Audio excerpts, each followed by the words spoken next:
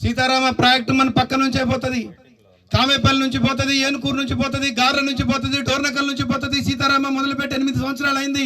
సీతారామాన్ని ఇప్పటికి 3 సార్లు ప్రారంభించారు, కానీ కామేపల్లిలో పెంచనమడుకు నీళ్లు రావు. సీతారామ పూర్తయితే తప్ప కామేపల్లి, కారేపల్లి, ఏనుకూరు, గార్ల లాంటి మండలాలకు నీళ్లుండేటటువంటి పరిస్థితి లేదు. ఇప్పటికే ఎప్పుడు లేని విధంగా పాకాలేరు, మున్నేరు కూడా పూర్తిగా ఎండిపోయింది. ఏ రోజన్నా ఇక్కడ ఉన్నటువంటి రైతులు, ఇక్కడ కనపడుతున్నటువంటి రైతులు ఎకరం నుంచి 15-20 ఎకరాల రైతులు ఉన్న వాళ్ళు ఉన్నారు. అరే సీతారామ ప్రాజెక్టుకి ఏమైంది, సీతారామ ప్రాజెక్టు ఎప్పుడు వస్తుంది, గోదావరి నీళ్లు మా కామేపల్లి, మా పెంజనమడుగులో ఉన్నటువంటి భూములకు ఎప్పుడు పారుతాయి అని ఎప్పుడన్నా అడిగిర్రా? అసలు వస్తుందా రాదా? రాంది కాలం ఎందుకు తవ్విర్రు?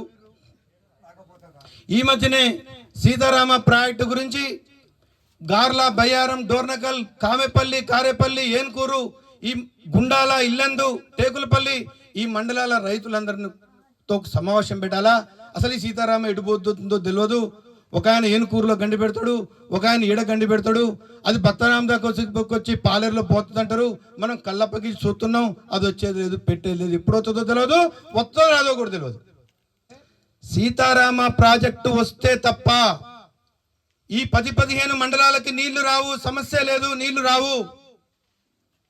ఈ 10-15 మండలాలు వాన ఎప్పుడు పడుతుందా, మన చెరువు ఎప్పుడు నిండిద్దా అని చెప్పి కళ్ళకు కాకరకాయలు కట్టుకొని కూర్చోవాల్సిందే.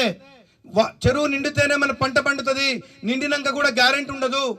ఎందుకంటే మన పిల్లల భవిష్యత్తు మిత్రులారా, ఇది సీతారామ ప్రాజెక్టు మన పిల్లల భవిష్యత్తు. మన పిల్లలు కూడా వాన మీద ఆధారపడి వ్యవసాయం చేయాలా?